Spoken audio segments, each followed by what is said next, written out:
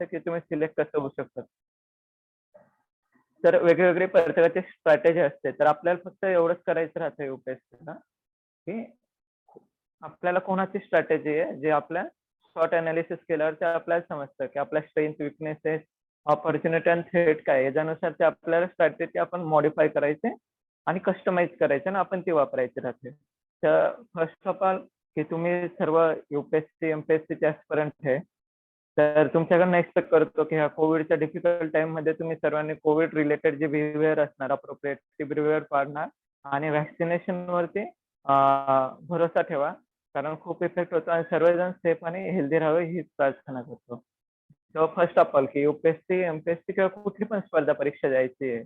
Okay. So even in Hindi. So if you want to give any competitive exam like UPSC, MPSC और कौन सी भी exam होगी, आपको देनी है तो first you should you should think why I'm giving this exam or what is my vision or dream about the exam. It should not be like that ki your friend is giving the exam or some relative is forcing you or someone is telling you this exam is good, there is a good prospectus of career in this service or like that. No, you should first determine why you want to give this exam or any particular career in a life. So first of all, first thing, why you want to give the exam. So think about it and then try to give any exam. So there is a different mantras to crack any exam. So as I was a I as I am an engineering student, so we are always using the reverse engineering criteria. So to crack any exam, first of all, you should know the exact syllabus of exam.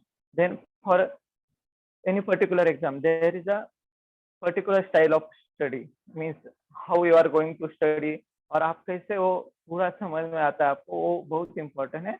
So there is a particular style. Then third, what is required for an exam? It's not like your university or same standard or board examination. So what is the expectation of the UPSC from you or MPSC from you is more important or it is utmost important factor. So we will go in different stages. So first we will clear why to give exam. Then second, before giving any exam, you should at least know the syllabus of exam. Most of the time, what is happening? There are lakhs of aspirants preparing for any particular exam, like even a banking exam or UPSC, MPSC or any exam. But very few, like 0.1% or 1% are getting the success. So what is the difference between 99% of the student and that 1% of the student? So first thing is you should know the exact syllabus of exam. If you are not knowing the syllabus, then you study in a vague. So for UPSC, we are using the simple definition of UPSC. So UPSC is an unpredictable public service commission. So there is they can ask everything under the sun, but there is a fixed pattern or there is a syllabus. So to start any study, you should know the syllabus. So I will suggest everybody should keep the two printout of the syllabus with you every time, so that you can know and you can check whether you are doing the proper study or you are following the proper path. Then second, after the syllabus, there is a next thing. What are the expectation of any particular service, examination or career from you? So for that, you should at least read the circular of UPSC, the notification of UPSC. They are mentioning the various values or various skill, whatever they are required in a civil services, they are mentioning. So for testing the skills or values or that knowledge, they are taking the examination. So you should know what they want. After that, the third step is you have syllabus, you have the brief idea about the exam. Then next part is book list. So most of the time, what is happening? There is a every year there are 7 to 800 hundreds of students are getting successful in exam. So everyone is providing the book list. But when you observe the book list of different toppers, so there is a 90% book list is a similar of the most of the people. तो बहुत सारे लोगों का 90% book list तो similar होता है, लेकिन वो 10% में कंफ्यूजन होता है और इसके चलते हुए हम क्या करते हैं कि एक ही सब्जेक्ट के लिए 3-4 बुक इस्तेमाल करते हैं, अलग अलग बुक इस्तेमाल करते हैं और अल्टीमेटली आउटपुट कुछ नहीं आता है। तो इसके लिए आपको क्या करना है कि जो अलग-अलग टॉपर है उनकी जो 90% बुक लिस्ट सिमिलर है या सेम है, वो आप फॉलो कीजिए और 10% के बारे में आपको कन्फ्यूजन है, तो बुक्स से आप गो थ्रू कीजिए और तब आप सिलेक्ट कीजिए कि कौन-सा बुक ठीक होगा आपके लिए और कौन-सा नहीं। तो यूपीएस ऐसे कोई फिक्स नहीं है, लेकिन देयर आर सम, जैसे हमारे कॉन्स्टिट्यूशन में है कि एक बेसिक स्ट्रक्चर है, वैसे भी यूपीएससी का एक बेसिक स्ट्रक्चर है और एक फाउंडेशन होता है, वो एनसीईआरटी होता है। तो आपको 6 टू 12th क्लास की जो एनसीईआरटी है, वो आपको पढ़नी है। इसमें भी ऐसा नहीं करना है कि 6 टू 12 कंप्लीट पढ़ना नहीं है। तो उसमें भी आपको ये देखना है कि कौन-सी एनसीईआरटी का ज़्यादा मतलब वेटेज है या वैल्यू होगा। बहुत सारे एनसीईआरटी ऐसे हैं 6 to 9 are repeated in 10 to 12 में। तो आपको वही करना है कि रिपिटेशन ज़्यादा नहीं करना है। मतलब एक सब्जेक्ट के लिए अलग-अलग बुक पढ़ने से अच्छा है वो एक सब्जेक्ट के लिए एक ही बुक पढ़िए और अलग बुक से जो एक्स्ट्रा पॉइंट है वो नोट कर लीजिए आप। तो एक बुक ज़्यादा रिवीजन करना है, तो बुक लिस्ट में यही करना है कि टॉपर्स अलग-अलग टॉपर्स से बुक लिस्ट लेके 90% जो सिमिलर है वो फॉलो कीजिए, 10% में कन्फ्यूजन होगा किसी सीनियर से या किसी कोचिंग से या कोई आपका फ्रेंड्स होगा, उनसे आप डाउट क्लियर कर लीजिए कि कौन-सा बुक यूज़ करना है। तो ये हो गया बुक लिस्ट में। वही बुक लिस्ट होने के बाद भी बहुत सारी बात ये होता है कि यूपीएससी में हम पढ़ाई करते हैं, बुक लिस्ट है, सबके पास अभी बुक लिस्ट है, अभी इंटरनेट आ गया है, सबको बुक लिस्ट पता है, तो भी सक्सेस क्यों नहीं हो रहा है? तो सिंपल है हम जब भी पढ़ाई करते थे तो 3 क्वेश्चन पे बहुत ज़्यादा फोकस करते थे, व्हाट टू रीड, हमें क्या सच में पढ़ना है, व्हाट नॉट टू रीड, हमें क्या नहीं पढ़ना है, वो भी बहुत इम्पोर्टेंट है। बहुत बार यूपीएससी, एमपीएससी या कोई कॉम्पिटिटिव एग्जाम के बहुत सारे बुक है मार्केट में, तो वो समझ में नहीं आता क्या पढ़ना नहीं है। और third thing, home to meet, मतलब किससे आपको गाइडेंस लेना है और कौन से ग्रुप के आपको ग्रुप में रहना है, किस ग्रुप में रहना है, वो बहुत ज़्यादा इम्पोर्टेंट है। तो फर्स्ट थिंग है व्हाट टू रीड, तो वो बुक लिस्ट हमारी होगी। Then second part is more important, उसकी वजह से मेरा फर्स्ट अटेम्प्ट गया था, व्हाट नॉट टू रीड। आपको क्या नहीं पढ़ना है, वो बहुत ज़रूरी है कि आपको एक ही चीज़ कितने बार पढ़नी है या नहीं पढ़ना है। तो हाँ, दैट्स व्हाई आपको यही करना है कि what not to read. What not to read में हम फर्स्ट करेंगे कि जो लोग मिस्टेक किए हैं, आप हमारे सीनियर ने मिस्टेक की है या किसी ने की है, वो बताते हैं कि ये नहीं पढ़ना होता है, ये पढ़ के आप आपका टाइम बर्बाद कर रहे हैं, you are wasting your time, तो that book you should not read. What not to read में ये भी आता है कि करंट अफेयर्स में आप अलग-अलग क्लासेस के मैगज़ीन हैं, अलग-अलग न्यूज़पेपर हैं, आप पढ़ रहे हैं। तो सपोज़ आप हिंदू पढ़ रहे हैं, हिंदू पढ़ के आप खुद के नोट्स निकाल रहे हैं। कि मंथली मैगज़ीन होगा तो आपको ये करना है उससे कि वहाँ से कुछ आपको वैल्यू एडिशन होगा तो वो लेना है। इसका मतलब ये नहीं कि आप हिंदू भी पढ़ रहे हैं और 2-3 मंथली मैगज़ीन भी पढ़ रहे हैं। तो ये गलत अप्रोच है, इसमें आपको बहुत ज़्यादा टाइम वेस्टेज होगा। आपको ये भी देखना है कि सपोज़ कि आप द हिंदू आप डेली पढ़ रहे हैं या न्यूज़पेपर डेली पढ़ रहे हैं, लेकिन उसका आप नोट्स नहीं बना पा रहे हो। तो आप 7 टू 8 डेज़ में you will forgot all the things, that will be the problem. तो आपको इसमें क्या करना है कि आपका स्ट्रैटेजी बनाना है कि ओके, मुझे न्यूज़पेपर नहीं पढ़ूँगा लेकिन मैं मंथली मैगज़ीन पढ़ूँगा, किसी क्लासेस या किसी एकेडमी का है या किसी फ्रेंड का वो पढ़ूँगा और उसमें मुझे क्या-क्या ऐड करना है अलग-अलग, वो मैं ऐड करते रहूँगा हमेशा और ये मेरा अप्रोच रहेगा। तो आपको ये करना है व्हाट नॉट टू डू में, टाइम वेस्ट नहीं करना है। देन थर्ड थिंग है होम टू मीट, कि आप कौन से ग्रुप में रहते हैं, उसका बहुत ज़्यादा इम्पैक्ट होता है। हमारे ग्रुप में हम 7 टू 8 लोग अभी यूपीएससी क्रैक कर चुके हैं। कोई आईएएस है, कोई आईपीएस है, 2 हम आईएएस हैं, 3 लोग आईपीएस हैं, 2 लोग आईआरएस में हैं। तो it's all due to the group work. तो ग्रुप स्टडी हर एक का इंडिविजुअल होता है, किसी को इंग्लिश पढ़ाई अच्छी होती है, किसी का ग्रुप स्टडी ठीक होता है। तो आपको वो फाइंड करना है कि ग्रुप स्टडी करना क्या है। बहुत बार ये होता है की आपण मराठीत म्हणतो ना, की ग्रुप स्टडी करायला जातं आणि चहाच्या ते चाय पे चर्चा चालू होऊन जाते। तर वो नहीं करना है हमें कि चाय पे चर्चा नहीं करना है। हमें क्या करना है, अगर कोई पॉलिटिकल इश्यू है, suppose there is some political issue centre और स्टेट के बीच में कुछ चल रहा है, जैसे अभी वेस्ट बंगाल का हम एग्जांपल ले सकते हो सेंटर का। तो हमें ये नहीं देखना है कि उसमें पॉलिटिकल एंगल क्या है, हमें ये देखना है कि what is there of polity. Polity में क्या आता है, कॉन्स्टिट्यूशन, सेंटर और स्टेट में क्या आएगा हमारा, फेडरल स्ट्रक्चर क्या है इंडिया का, सेंटर स्टेट रिलेशनशिप क्या है, या वो जो एक्शन चल रही है on the CS of West Bengal under which act, disaster management act. तो हमें ये देखना है कि डिजास्टर मैनेजमेंट का हेड कौन होता है, स्टेट में कौन होता है कमेटी का, और सेंटर में कौन होता है। You should think like that कि आपको कहीं भी आप सोचोगे या कोई न्यूज पढ़ रहे तो आपको कनेक्ट करके आना चाहिए विथ युअर सिलेबस। नहीं तो खूप वेळेला असं होतं या बहुत सारे लोग यही करते हैं कि वो छोड़ देते हैं, पॉलिटिक्स का एंगल वो छोड़ देंगे और वो पॉलिटिक्स पढ़ेंगे। आप सिलेबस देखिए या आप सब्जेक्ट देखिए, it is polity not the politics. Politics पता होना चाहिए, ठीक बात है, लेकिन हमारा सब्जेक्ट क्या है, पॉलिटी। तो ये should be link to the constitution और सम रिसेंट अमेंडमेंट और सम रिसेंट बिल। तो आपको ऐसे सोचोगे आप, तब आप कुछ कर पाओगे।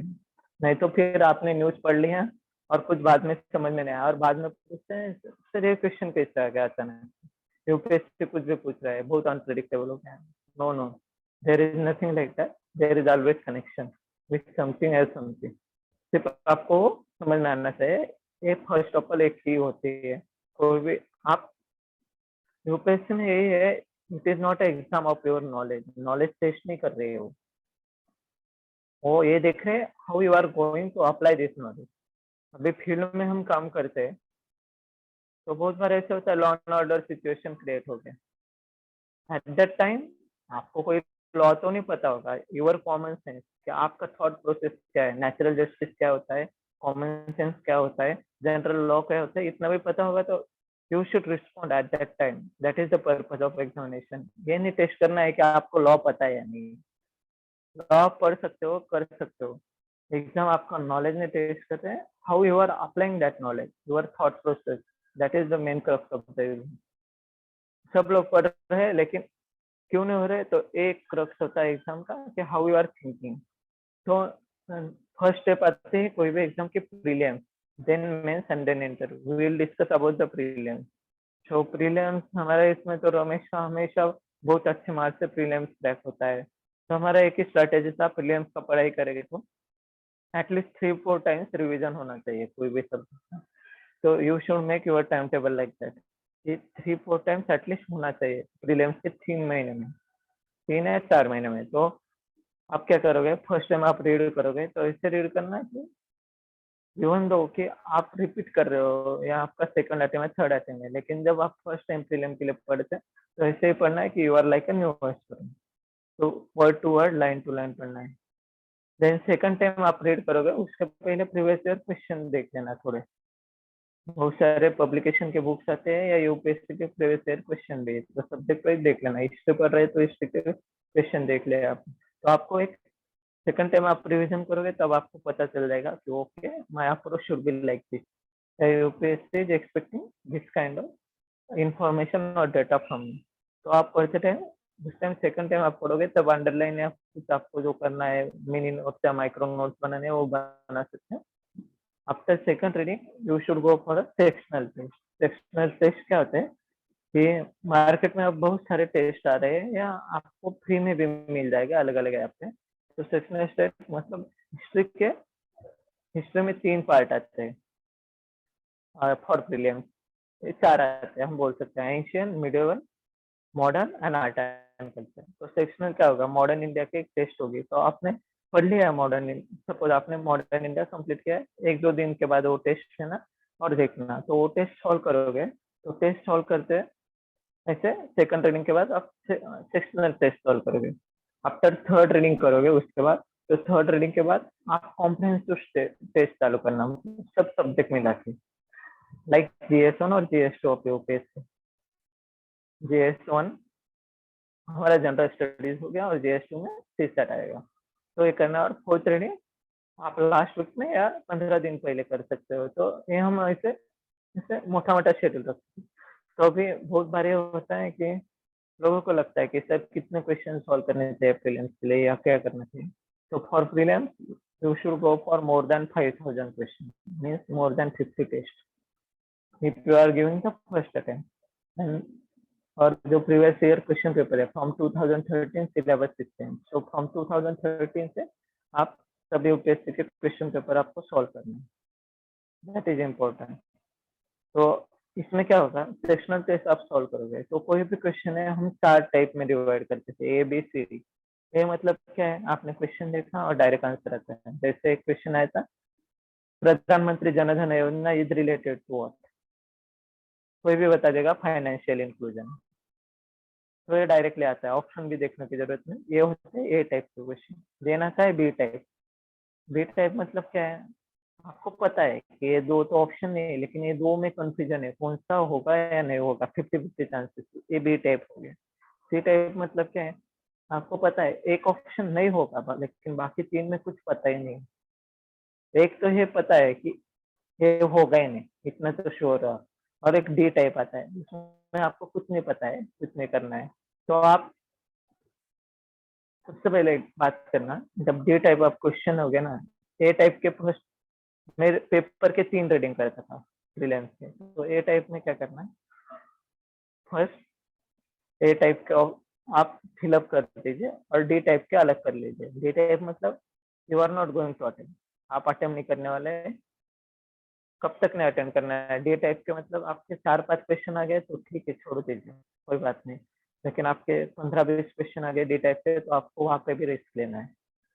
Then second is B type. B type important होता है और it is a deciding factor for UPSC prelims. तो बहुत बारे होता है कि बहुत सारे बी टाइप में आप लगाते हैं 50-50 चांसेस में और आपका गलत चला जाता है। तो इसी के लिए बी टाइप क्वेश्चन है जो सही आने चाहिए, इसके लिए हमें पेपर प्रैक्टिस करनी है, कि सॉल्विंग प्रैक्टिस करनी है, एमसीक्यू सॉल्विंग प्रैक्टिस। तो बी टाइप्स हमारे ज्यादा से ज्यादा 70% तक राइट आ जाए, तो ये करना है, इसलिए एमसीक्यू सॉल्विंग प्रैक्टिस करना है। एमसीक्यू सॉल्विंग प्रैक्टिस मतलब आप आपको खुद को एग्जामिनेशन के लिए प्रिपेयर कर रहे हैं, तो इसके बारे में भी बोलेंगे। और सी टाइप कब लेना है, आपके 85 के वो आपका अटेम्प्ट होना चाहिए। मेरा कहना है अगर आपकी एक्यूरेसी कम होगी 80% या समथिंग, तो आपने 85 के ऊपर अटेम्प्ट करना चाहिए। 95 होगी तो आप रिस्क ले सकते हो, कम भी अटेम्प्ट कर सकते हो। सो एग्जामिनेशन का सिंपल फंडा है, आप देखें 11 लाख, लगभग 11 लाख कैंडिडेट होते हैं लगभग, जो फॉर्म फिलअप करते हैं। उसके बाद 5 लाख और 6 लाख जो होते हैं कैंडिडेट, वो एक्चुअल एग्जाम को होते हैं, डेयर करते हैं उनका। उसमें भी होते हैं लगभग 1 lakh, about the candidate 1 lakh, जो थोड़ा बहुत सीरियस लैब वो मतलब सीरियसली वो पढ़ाई करते हैं अच्छे से वगैरह।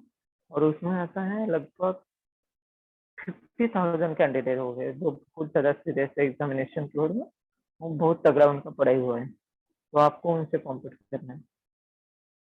तो for every 2 marks there will be 4-5 thousand candidate. आपने अगर 2 marks लॉस कर दिया तो 2 marks भी देगा और निगेटिव में 0.67 भी जाएगा, तो आप लगभग 3,000 कैंडिडेट से आप पीछे चले गए।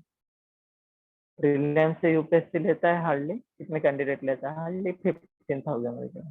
फिर मेंस से सिलेक्ट करके वो 3,000 है 2,500 पे आ जाते हैं।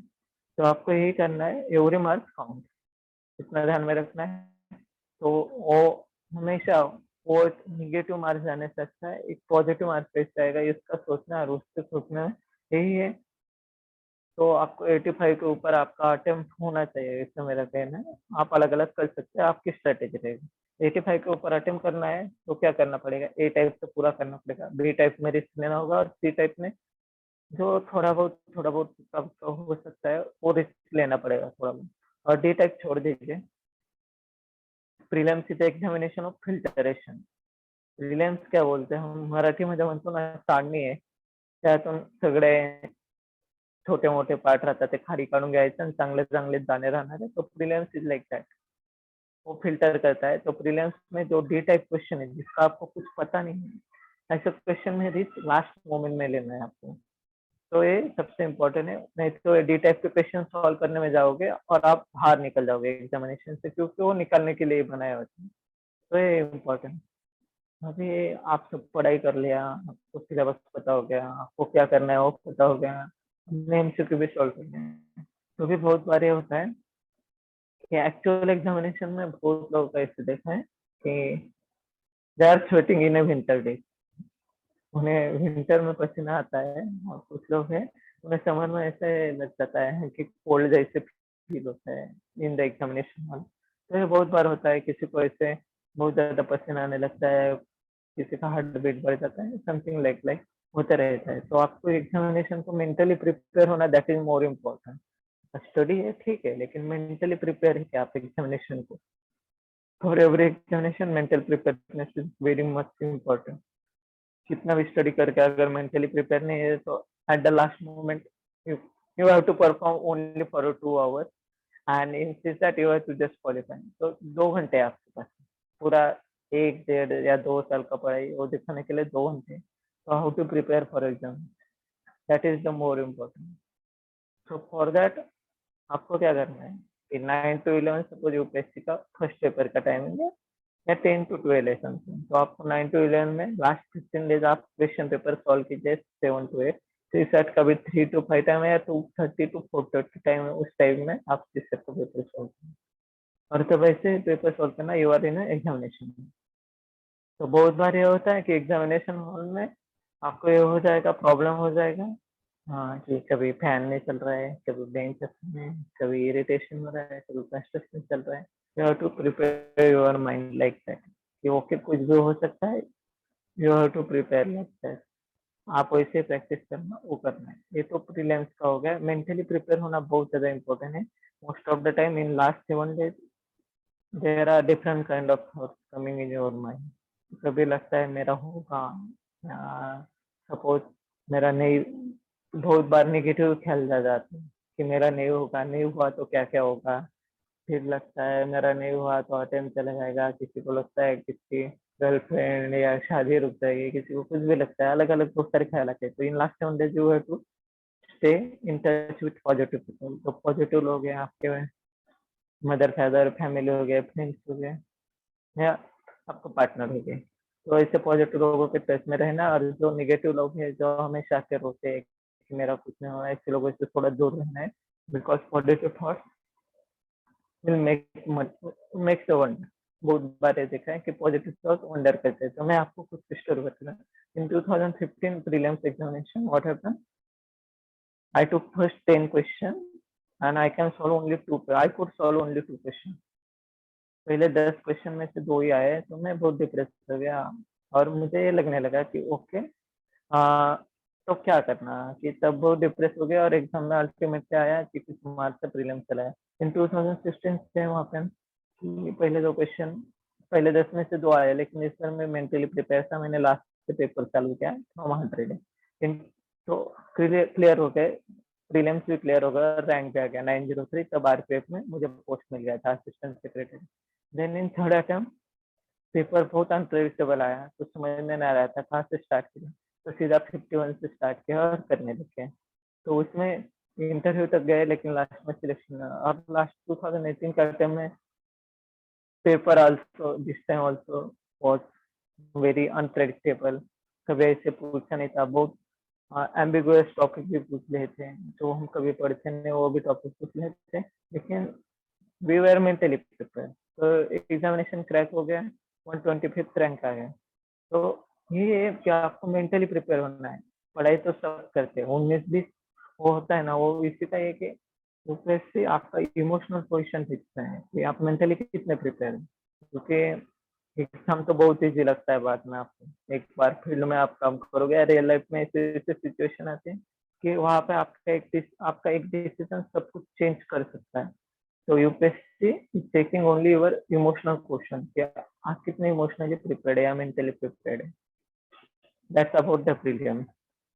और प्रीलिम्स में बहुत बार यही होता है, ओवर कॉन्फिडेंस में बहुत सारे लोग सीसेट का प्रिपरेशन नहीं करते, और सीसेट होता नहीं है। सीसेट कुछ 1-2 मार्क्स से, या कुछ ओवर कॉन्फिडेंस होते हैं, बहुत कम अटेम्प्ट करते हैं, तो होता नहीं है। तो इसलिए CSAT never neglect CSAT, at least practice for last 20 to 30 days and solve previous year question paper 2013 to 2020. That's the important for prelims. After prelims there is a main.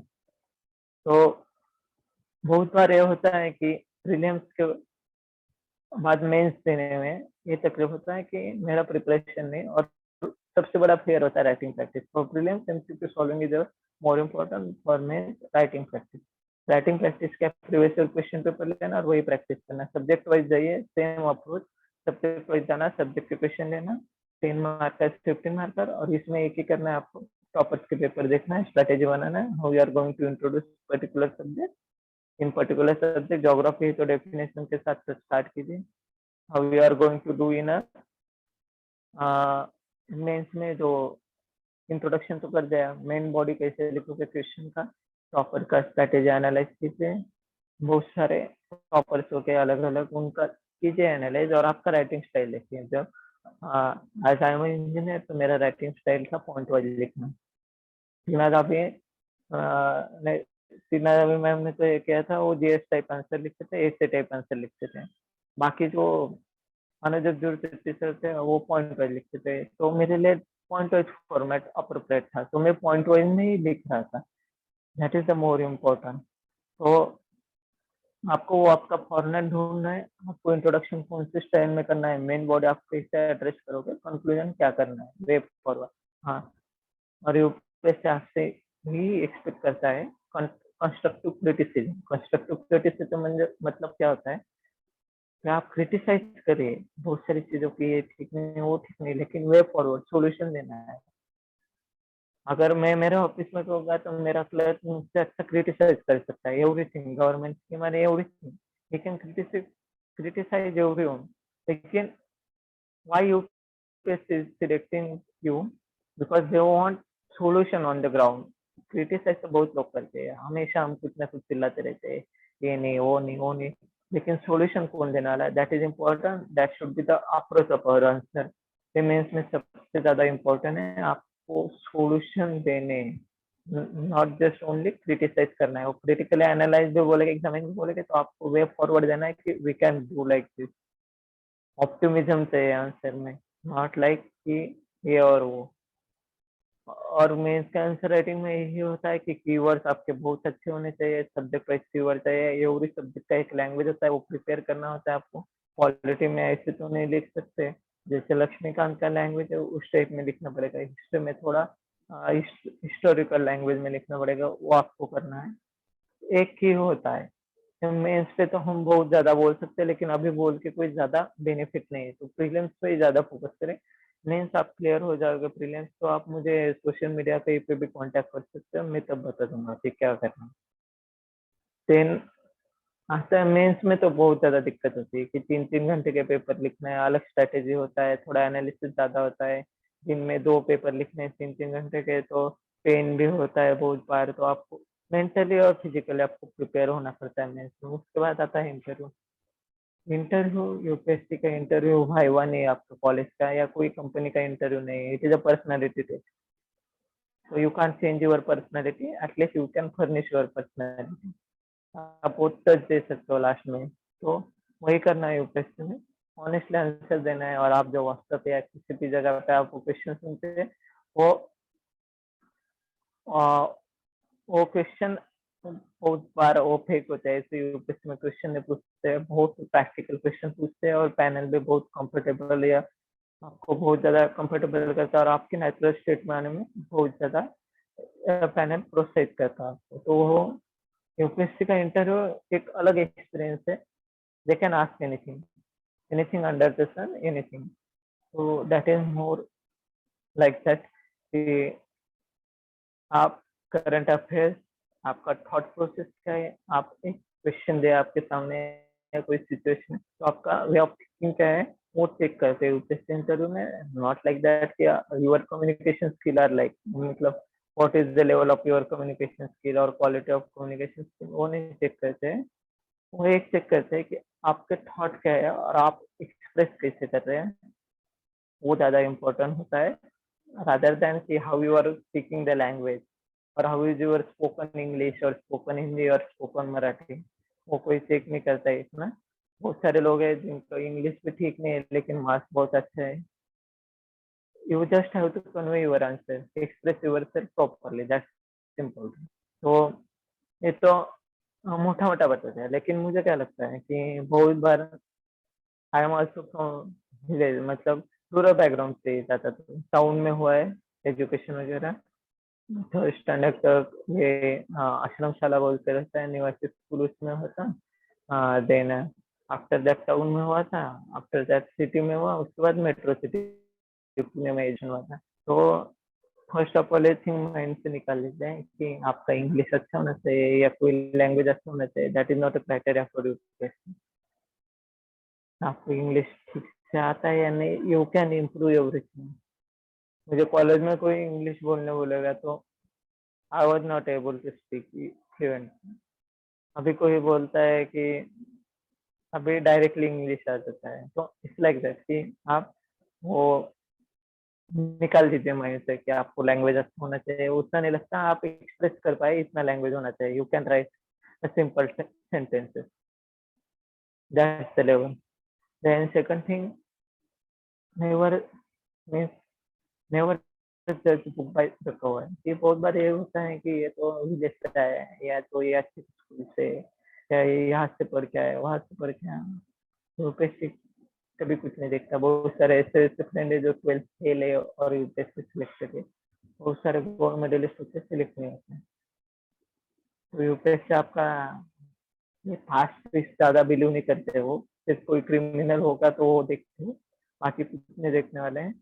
तो आप खुद को ये मत कीजिए डिस्करेज कि मुझे तो ये नहीं था, फिर मेरा तो ये नहीं है, वो नहीं, वो छोड़ दीजिए। सिर्फ आप पढ़ाई पे फोकस कीजिए, वो सबसे इम्पोर्टेंट है। सेकंड है कि आपका बैकग्राउंड क्या है, उससे यूपीएससी को कुछ लेना देना नहीं, आपको लैंग्वेज क्या है उससे कुछ नहीं लेना देना है। दे आर डूइंग, मतलब आपको सिर्फ ऑब्जेक्टिव क्राइटेरिया पे आपको ये कर रहे हो, आपका सिलेक्शन कैसे है। तो आप ये कीजिए कि आपका एनालिसिस कितना अच्छा होगा, आपका वे ऑफ थिंकिंग कितना बढ़िया होगा, और आपका सिलेबस पे ग्रिप कितना अच्छा होगा।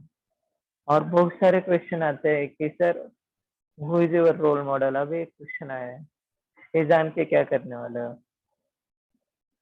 नथिंग लाइक दैट कि रोल मॉडल कभी कभी अपने फैमिली मेंबर होते हैं, विथ डिफरेंट एज आपके करियर गोल चेंज होते हैं, आपके रोल मॉडल भी चेंज हो सकते हैं। उससे अच्छा है कि आप वो रोल मॉडल को आप कितना आपके जिंदगी में उतार रहे हो या फॉलो कर रहे हैं रिजिडली, वो ज्यादा इम्पोर्टेंट है। ये every time your role model में चेंज, वो कोई फिक्स नहीं है। इच्छा भी हमारी डायनामिक है, कोई फिक्स नहीं है। आपने कितने घंटे पढ़ाई किया था, ये भी I don't think it is a sensible question. For everyone it is different. अगर किसी का स्टेमिना अच्छा होगा तो वो ज्यादा पढ़ाई करेगा, किसी का सिलेबस ठीक रहेगा तो वो ज्यादा ज्यादा ये करेगा, पढ़ाई करेगा। अगर सिंपल है, हम ग्रुप में अलग अलग पढ़ाई करते थे, हमारा इंडिविजुअली, तो मुझे एक चीज समझ में नहीं आती है कि सपोज मुझे हिस्ट्री का ये पार्ट समझ में नहीं आता है, तो जब तक समझ में नहीं आऊंगा तब तक मैं पढ़ाई करूंगा। सिंपल सी बात है, आपको समझ में आना चाहिए, तब तक आप पढ़ाई करना चाहिए, ठीक से पढ़ाई कीजिए। ऐसे नहीं कि इतने घंटे बैठना चाहिए, इतना रिवीजन है, कोई फिक्स पैटर्न नहीं। लेकिन जब तक आप कॉन्फिडेंट नहीं होते तब तक आपने पढ़ाई करना है, वो बहुत ज्यादा इम्पोर्टेंट है। देन ये तो थर्ड हो गया। Then what to do with time table and all this thing. Time table आपको बनाना है, आपको पढ़ना है, आपको पता है आपका स्पेस क्या है, आप कितने कंफर्टेबल है कोई सब्जेक्ट में, आपकी कैपेबिलिटी क्या और कैपेसिटी क्या आपको पता है। तो टाइम टेबल वैसे बनाना, you can refer the time table of toppers, कैसे बनाते हैं वैसे करते हैं, इट्स लाइक दैट है। और टाइम टेबल बनाते वक्त एक ध्यान में रखना हमेशा कि हर एक टाइम टेबल में एक वॉल, सेफ्टी वॉल थ्योरी बोलते हैं ना, वैसे होना चाहिए, नहीं तो आप क्या कुकर से पड़ जाओगे और फट जाओगे। तो इससे अच्छा है कि टाइम टेबल में कुछ तो भी होना चाहिए कि okay, half day, one day, इसमें मुझे कुछ बचा होगा वो कवर कर लूंगा या मेरा एंटरटेन होगा, वो ज्यादा इम्पोर्टेंट है। एक टाइम टेबल का हो गया। देन तो यूपीएससी के बेसिक बेसिक यहाँ पे बहुत सारे क्वेश्चन है, आप नोटिफिकेशन देख लीजिए।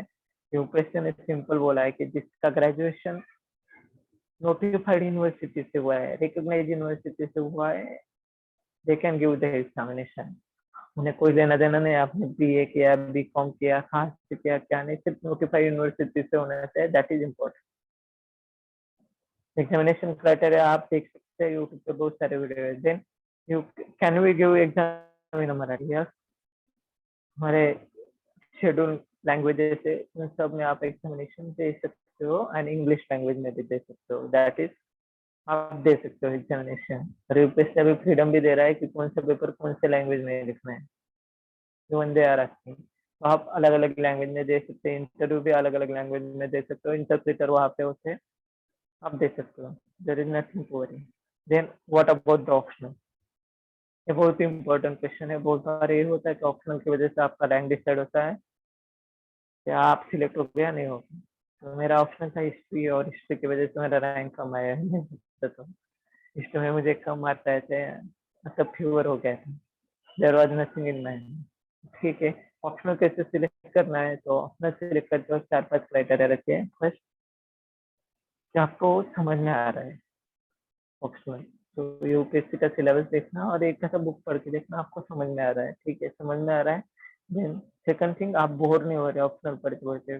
कभी पता नहीं 1 साल में हो जाएगा, कभी 3-4 साल लगेगी, कभी 6 अटेम्प्ट लगेगी। तो आप लॉन्गर ड्यूरेशन आप रीड कर सकते हो। That is another criteria. Third criteria, you can right the answer. बहुत बार ये होता है समझ में आता है, यहाँ तक समझ में आता है, दिमाग में रहता है, लेकिन वो हाथ से नहीं उतरता है नीचे। तो आंसर राइटिंग स्किल आ रही है ऑप्शन तो वो भी बहुत इम्पोर्टेंट है।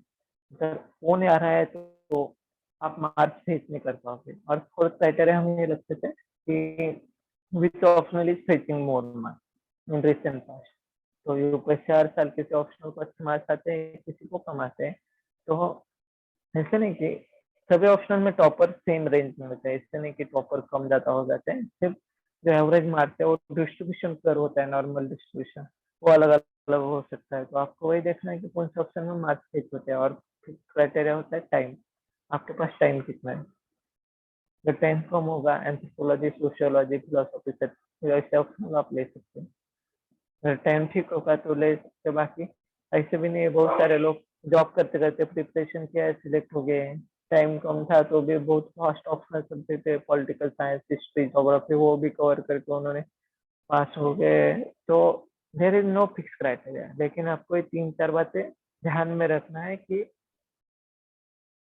आप ऑप्शनल सिलेक्ट करते हो कि 3-4 बातें ध्यान में रखिए। और सबसे इम्पोर्टेंट होता है कोई भी एग्जाम देने से पहले आप खुद का एक शॉर्ट एनालिसिस बोलते हैं उसे, कि आपकी स्ट्रेंथ क्या है, स्ट्रेंथ क्या है, आपकी वीकनेस क्या है, आपको अपॉर्चुनिटी कहाँ पे है और आपको थ्रेट कहाँ पे है। जैसे मैं बोलता था मेरी स्ट्रेंथ है मेरा राइटिंग स्पीड, मेरा एनालिटिकल स्किल। वीकनेस है सोशल मीडिया वगैरह थोड़ा बहुत।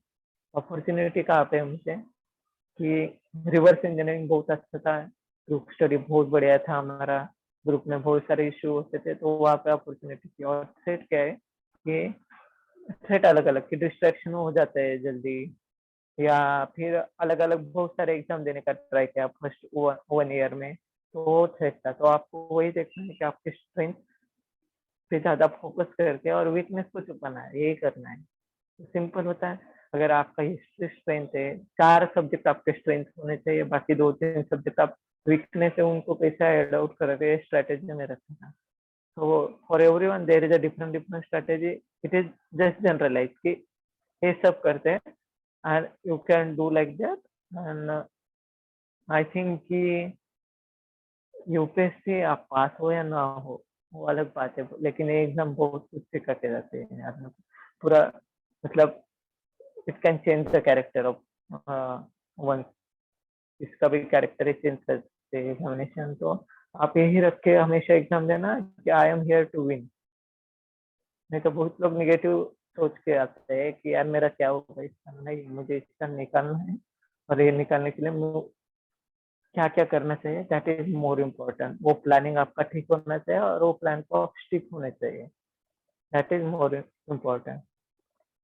और यहाँ पे कुछ कुछ क्वेश्चन आ रहे हैं, तो Ramesh can you take a question और डायरेक्टली, और what to do now? There are many questions in chat box, so I address the optional question, then graduation, then examination. Sir answer writing में बताओ कुछ representation और content कैसे recall करें? तो it's up to you कि आप कैसे ये करोगे कंटेंट। और वो क्या करना है कि ये कि रिप्रेजेंटेशन प्रेजेंटेशन स्किल आपके अच्छे होने चाहिए। ऐसे नहीं होना चाहिए कि सिंपल रखिए कि आपके पेपर चेक करने वाले कोई तो एकेडमिशियन हो गए या कोई ये हो गए कोई मतलब ज्यादा एज के हो गए तो उन्हें क्या है, उन्हें आपने विजिबल कर देना चाहिए अच्छे से आंसर, और प्रेजेंटेशन अच्छा होना चाहिए। उन्हें दिक्कत नहीं होनी चाहिए क्या लिखा है क्या नहीं। नहीं तो बहुत सारे पेन होते हैं, आप लिखते हो और उसका जो इंक है वो फेंट हो जाता है बाद में, तो वो प्रॉपर नहीं है। या आप आंसर ऐसे लिखते हो कि समझ में नहीं आता है ऊपर का लाइन है नीचे का लाइन। सिंपल है, क्वेश्चन पेपर को आप ये देखिए, आपको इतना फंड दिया है यूपीएससी ने मेंस का आंसर लिखने के लिए, इतनी जगह दी है, इसके बाहर नहीं जा सकते, इसके बाहर नहीं जा सकते। जो दोनों साइड से तो हाँ, जो पेज का सेटअप दिया है, ऊपर से लाइन होता है इस साइड से, इस साइड से और नीचे से, तो आपको इतने ही लिमिट में रहना है, इसके बाहर नहीं जा सकते, आप कुछ नहीं कर सकते। तो आपको दिए हुए रिसोर्सेस आप कितने अच्छे से यूज करते हैं, दैट इज मोर इम्पोर्टेंट। आप सोचा बनाते हो, आप कितना अट्रैक्टिव बनाते हो उसे, और अट्रैक्टिव के साथ उसमें कंटेंट कितना बढ़िया डालते हैं, दैट इज द इम्पोर्टेंट। तो आप अलग अलग टॉपर के पेपर देख के आप देख सकते हो, ये पर्टिकुलर क्वेश्चन है किसी एक के लिए, तो इसमें ज्यादा टाइम डालेंगे हम। Then next question, sir how can we develop the vocabulary for answer writing. Just आप कलेक्ट कीजिए डिफरेंट डिफरेंट कीवर्ड। पर्टिकुलरली आप अगर कोई पॉलिटी का टॉपिक पढ़ रहे हैं, सेंट्रल स्टेट या फंडामेंटल राइट, उसमें डिफरेंट डिफरेंट कीवर्ड हो गए या आर्टिकल हो गया, आपको कलेक्ट करना है। You have to develop vocabulary wise study, study करते वक्त आप वोकेबलरी उसमें डेवलप करना है, और वो आपको थोड़ा बहुत रटना है, कुछ फैक्ट्स हो गए वो रटना होगा। while studying for optional, should we continue study GS or leave it some still the completion of optional? ये इंडिविजुअल स्ट्रेटेजी, कोई आदमी एक साल दो तीन सब्जेक्ट पे अच्छे से पढ़ सकता है, कोई नहीं पढ़ सकता, तो इट्स डिपेंड ऑन यू, इसमें कुछ नहीं। How can you improve your spoken English, कुछ नहीं, वीडियो देखो, मूवी देखो इंग्लिश में, और simply you can watch the big picture, जो यूपीएससी के लिए भी हमें काम में आएगा बहुत ज्यादा। सर एग्जाम के एक मंथ पहले कैसे पढ़ाई करें, ऐसे समझिए ये आपका जिंदगी का लास्ट अटेम्प्ट है, और अगली बार इंडिया पाकिस्तान वॉर हो गया तो इंडिया नहीं बचा है, तो ये लास्ट अटेम्प्ट है आईएएस बनने का, ऐसे ही पढ़ाई कीजिए। इसमें कोई मतलब वही है, बहुत इंटेंस, बहुत फोकस चाहिए, और लास्ट तो रिविजन तो हो जाने चाहिए। सर मैं गाँव से आता हूँ, स्टडी करते समय जो नकारात्मकता हम पर हावी होने लगती है उसे कैसे बचे। ये क्वेश्चन अच्छा है, बहुत बार यही होता है। एक सिंपल फंडा है, आपको बाहर से इंस्पिरेशन मिल सकती है, मैं बताऊंगा आपको एक इंस्पिरेशन मिल सकती है, लेकिन मोटिवेट होना है तो आपको अंदर से आना चाहिए। और नकारात्मक को मतलब इसको टैकल करने के लिए सिंपल है, आप अलग अलग इंस्पिरेशन वीडियो देखिए, और वो एक अंदर से जुनून होता है, उससे ही आप इसको हरा सकते हो, ऐसे उस पर कोई ज्यादा ये नहीं है। तो आपको ये करना है कि नहीं, okay, everyone is facing difficulty, कोई बहुत रीच है या तो उसकी डिफिकल्टी अलग है, लाइफ में हमारी डिफिकल्टी अलग है या हमारे सिचुएशन अलग है, तो everyone has to face something something. तो इसमें ऐसे नहीं है कि आप गाँव से या आपका ये हो गया, everyone has to face something और समथिंग, तो ये नहीं है इक्वल फुटिंग पे सब आ जाते हैं, उसमें कोई ज्यादा है नहीं। Then very big chat box,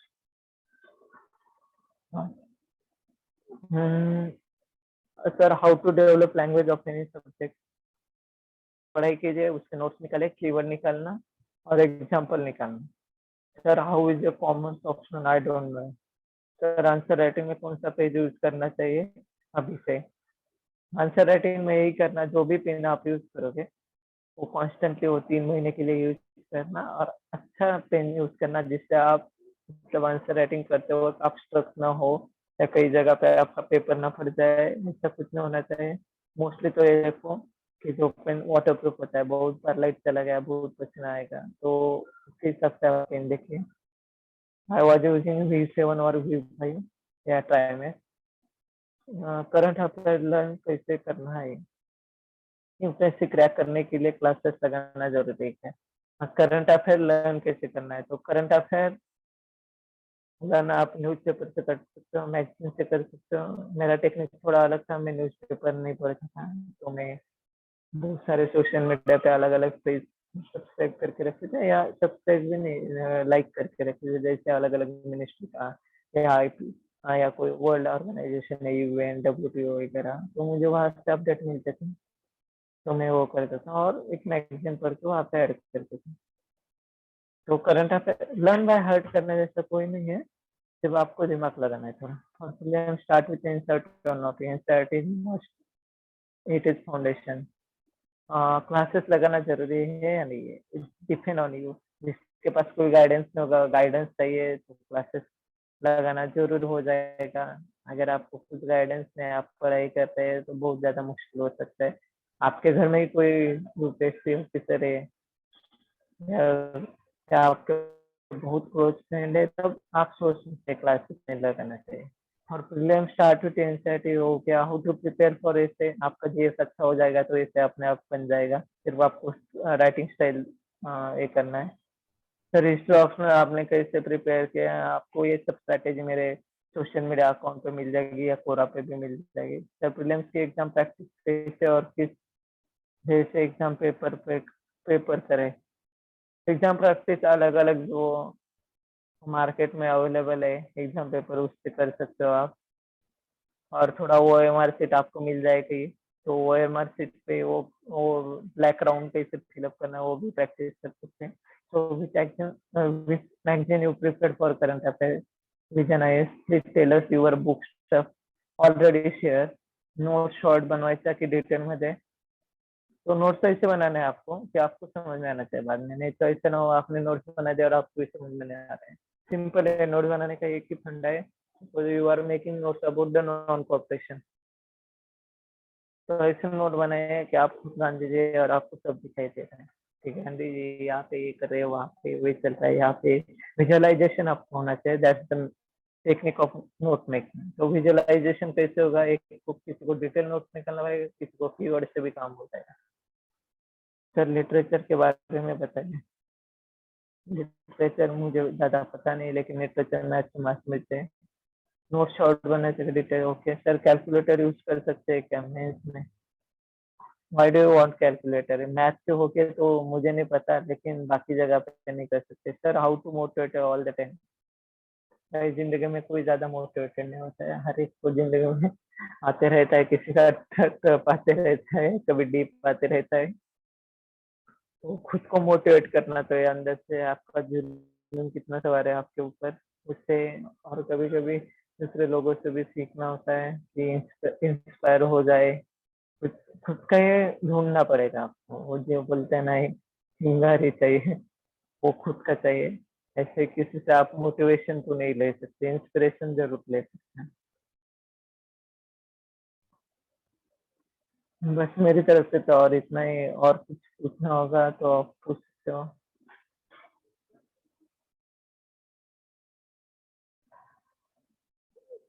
Ramesh, Global Academy, if you want to ask something you can ask me.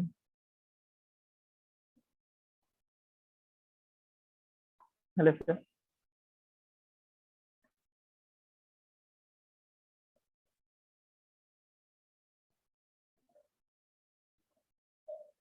तो आई थिंक आपके क्वेश्चन खत्म हो गए।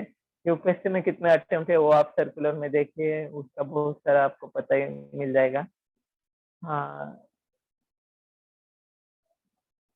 इंजीनियरिंग बैकग्राउंड को कौन सा ऑप्शन सिलेक्ट करना है, तो इट्स डिपेंड कि हार्डली 3 ऑप्शनल है इंजीनियरिंग के, मैकेनिकल, सिविल और इलेक्ट्रिकल। आपका होगा तो कर सकते हो, गाइडेंस मिलेगा तो करना, नहीं तो नहीं।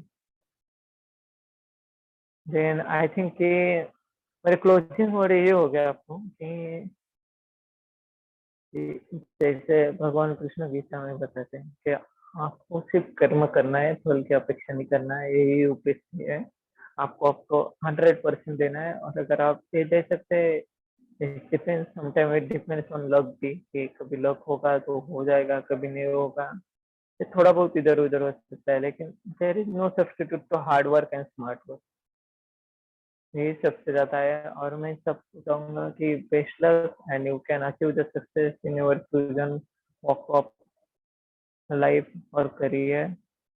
आई थिंक आप बहुत कुछ कर सकते हैं, you have all the energy, you can make wonder in any career और anywhere in the world. So thank you for giving me this opportunity, Ramesh and Global Academy.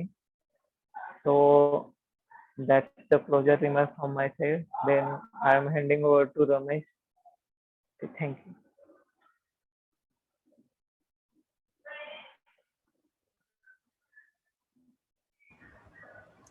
धन्यवाद सर.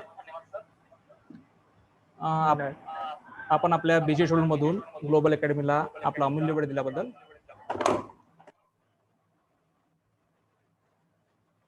ग्लोबल अकॅडमी नागपूर या आजच्या कार्यक्रमाला सन्माननीय मनोज महाजन sir यांनी आपल्या busy schedule मधून आपला अमूल्य वेळ दिला, त्याबद्दल ग्लोबल अकॅडमी आपला आभारी आहे. सोबतच आजच्या या वेबिनारला उपस्थित सर्व विद्यार्थ्यांचं ग्लोबल अकॅडमी मनापासून आभार मानते. सर सध्या मसुरीला ट्रेनिंगवरती आहेत, ज्यांचं 2018 मध्ये UPSC मधून IAS ऑल इंडिया रँक सरांचं 125 होतं, IAS मधून सिलेक्शन झालं आणि त्यांनी आपण विचारलेल्या विविध प्रश्नांना उत्तर दिली. सोबतच क्युरीज काय असतात आणि UPSC प्रिपरेशन कसं करायचं, ऑप्शनची निवड कशी करायची आणि इतर मटेरियल वगैरे यूज काय करायचं याबद्दलची डिटेल्स माहिती सरांनी आपल्या आजच्या या वेबिनारमधून दिली. या व्यतिरिक्त परत आपल्याला पुढील जर गायडन्सची गरज पडली तर सर वेळोवेळी आपल्याला अवेलेबल राहतीलच. मी अपेक्षा करतो की सर आपल्या वेळात वेळ काढून आपल्याला माहिती देतील आणि आपल्या अकॅडमीतर्फे जी पुढील बॅच होईल त्याच्याबद्दल रमेश सर आपल्याला इथं गायडन्स करायला राहणारच आहेत आणि सर सुद्धा आपल्याला पुढील माहिती याच्याकरता अवेलेबल असतीलच. मी सरांना विनंती करतो की आपण जे आजच्या या कार्यक्रमाला वेळ दिली त्याबद्दल थँक्यू, धन्यवाद आणि उपस्थित सर्वांचं आभार. आजचा प्रोग्राम इथेच आपण संपवू. धन्यवाद. थँक्यू.